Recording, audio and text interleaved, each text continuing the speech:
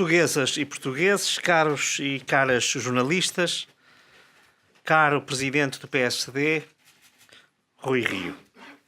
Começo naturalmente por agradecer e aceitar a indicação da Comissão Política Nacional do PSD e em particular do seu presidente, Rui Rio. Faço-o de novo, depois de idêntica indicação, em 2009 pela Presidente Manuela Ferreira Leite, em 2014 pelo Presidente Pedro Passos Coelho, com plena consciência da enorme responsabilidade que o partido põe sobre os meus ombros. Senhor Presidente, sei que o desafio que o partido me propõe é árduo e é difícil, mas ninguém se engane ou confunda.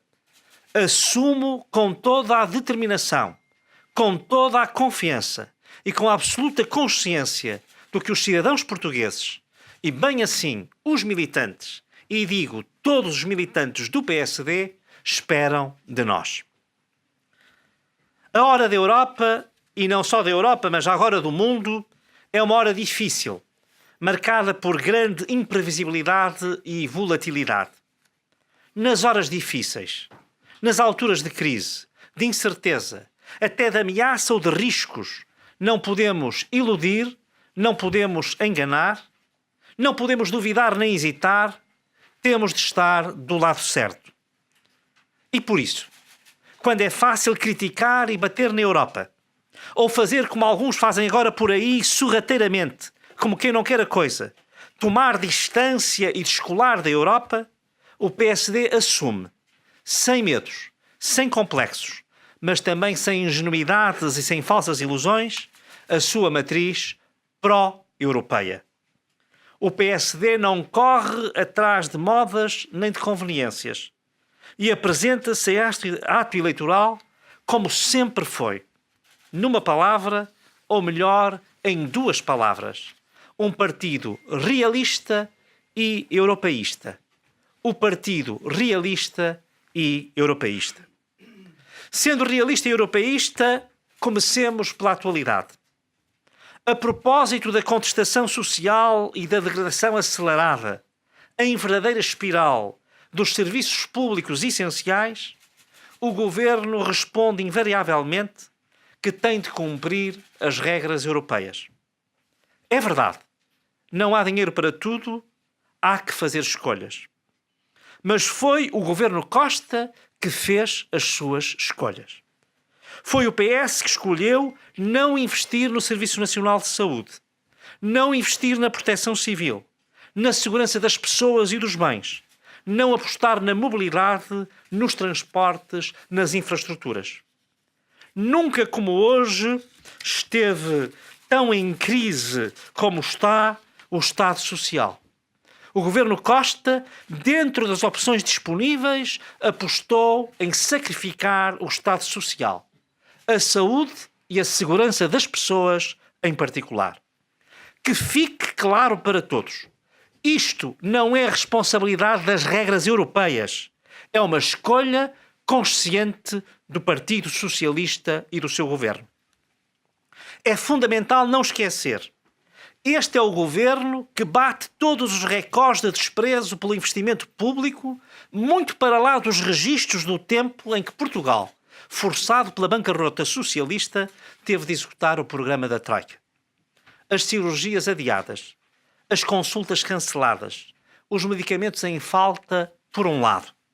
A má resposta aos incêndios, o aumento de acidentes, a redução da fiscalização policial, por outro. Os comboios que perdem motores, as estradas que se desmoronam, o papel que falta para os bilhetes do metro, não são responsabilidade da Europa. Nem se resolvem com a feitura de leis de bases ou anúncio de projetos megalómanos. São responsabilidade das escolhas políticas e orçamentais que fez o governo do PS. Este é o governo que deixou por executar mais de 80% das obras que estavam previstas. Este é o governo que se limitou a executar 35% dos fundos europeus nas perspectivas financeiras que terminam já em 2020. E agora, na reta final, faz anúncios e mais anúncios de centenas de milhões para daqui a 10 ou 15 anos.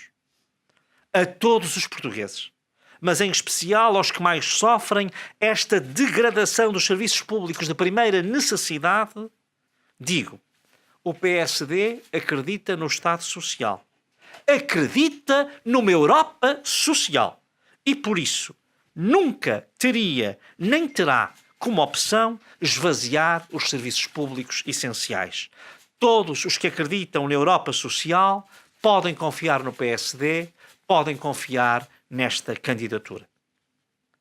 Pois este governo, o mesmo que falha clamorosamente a execução de fundos comunitários, no momento em que mais precisávamos deles, é o mesmo que se prepara para aceitar uma proposta de novo quadro comunitário até 2027 que prejudica Portugal. Alguém tem de denunciar a passividade, o conformismo, a complacência com que o governo do PS e o seu ministro do Planeamento estão a negociar os fundos 2020 a 2027.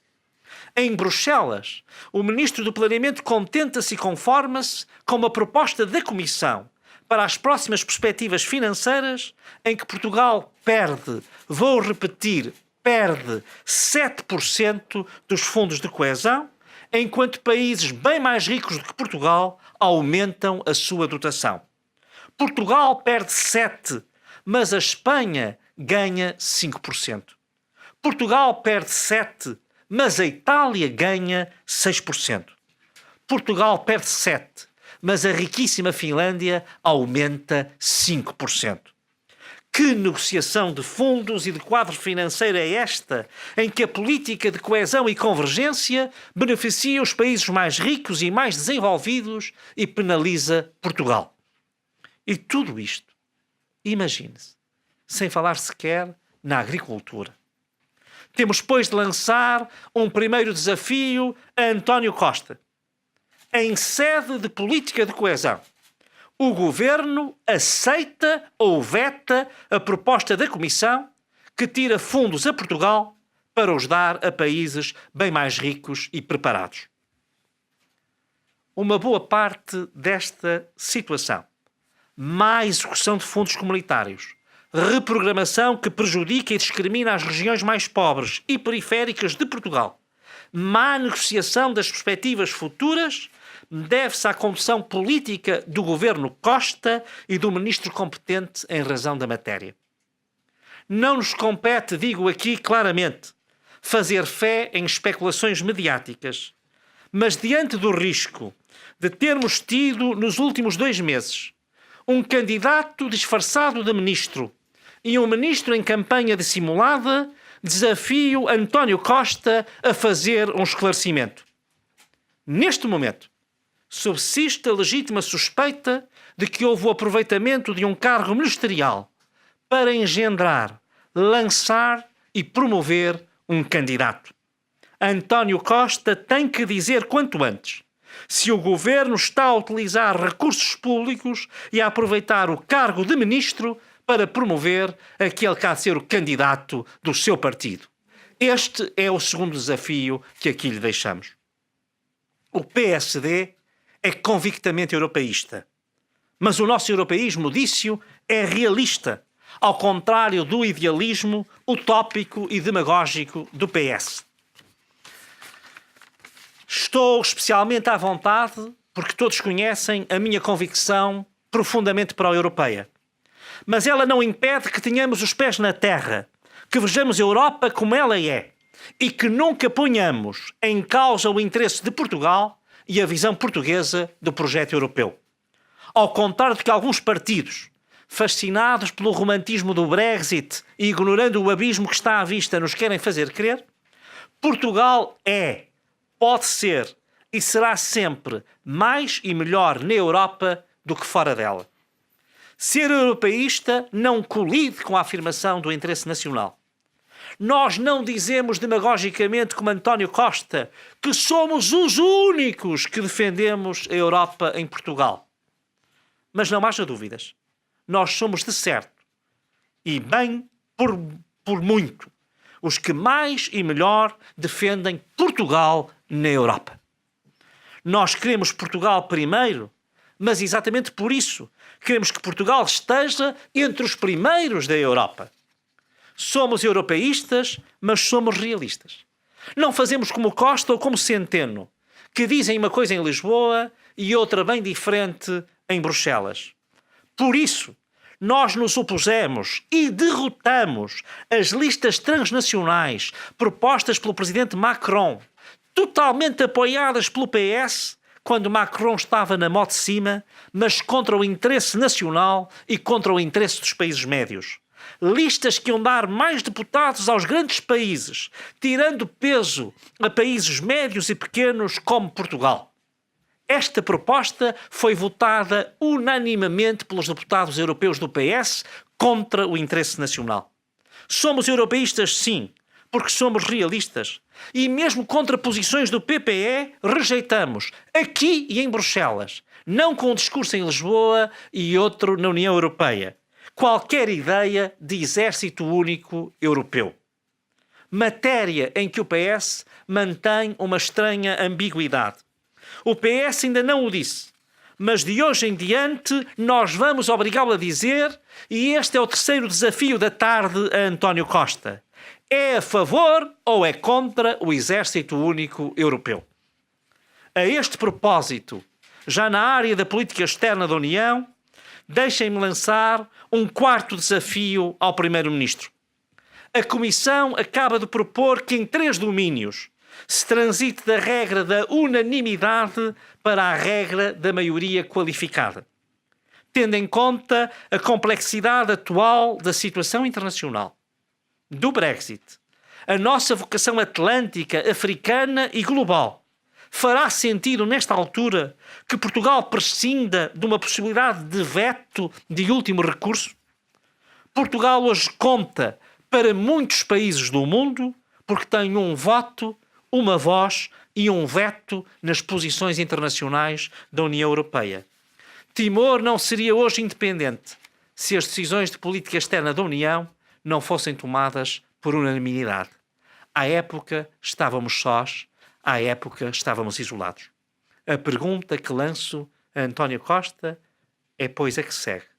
O PSD está contra o fim da unanimidade na política externa. E o governo do PS é contra ou a favor da unanimidade e do direito de veto de Portugal na política exterior da União Europeia. O contraste entre o realismo e o pragmatismo do PSD e a utopia romântica e demagógica do PS fica finalmente bem claro numa bandeira do PSD com mais de 20 anos, a rejeição dos impostos europeus. São muitos os que agora falam, até já nem falam de outra coisa e falam bem alto contra os impostos europeus. Mas foi sempre o PSD, em 1999 contra Mário Soares, e depois em 2009 contra Vital Moreira, já comigo a cabeça de lista, que liderou a oposição à criação de um imposto europeu, agora de novo defendido por António Costa. Esclareça-se que ser contra o imposto europeu nada tem que ver com as novas receitas próprias na área das transações financeiras, das plataformas digitais ou do clima e do ambiente. Nesse caso não se trata, como se diz para aí, de impostos europeus, que de resto ainda não são possíveis segundo os tratados. Estas taxas não incidem sobre os contribuintes e muito menos incidirão sobre os contribuintes portugueses enquanto cidadãos normais. Aquilo que nós recusamos é que aqueles que recusam estas receitas e que até lhes chamam impostos europeus não expliquem como vão pagar as contas da União Europeia. É que esses que dizem que são contra estas receitas próprias e que as diabolizam chamando-os incorretamente impostos europeus, terão de aumentar os impostos portugueses. Quer dizer, não querem impostos europeus, mas estão dispostos a aumentar, provavelmente são as contas que temos, em cerca de 700 milhões de euros, a contribuição de Portugal para a União Europeia. É evidente que nós que lideramos essa luta somos contra os impostos europeus, mas ninguém nos ouvirá dizer alguma coisa contra as receitas próprias. Ficam, pois, aqui 4 desafios. Um sobre a política externa, outro sobre o exército único, um sobre o aproveitamento do cargo ministerial para lançar um candidato e, finalmente, saber qual é a posição de António Costa sobre a proposta da Comissão que prejudica Portugal. E ficam 3 garantias. O PSD é europeísta e o PSD é realista. O PSD é a favor de uma Europa social e nunca invocará as regras europeias para desmantelar o Serviço Nacional de Saúde ou para pôr a segurança, a vida e a integridade das pessoas em risco em território português. E, finalmente, o PSD, que quer mais receitas europeias para poupar dinheiro aos portugueses, é claramente contra a criação do imposto europeu. É com estas mensagens que eu renovo a confiança em que nós abriremos aqui um caminho para que o PSD possa ser o espaço em que os portugueses se revêem na União Europeia e em Portugal. Essa luta começa hoje e vai ser ganha, ao contrário do que muitos imaginam. Muito obrigado.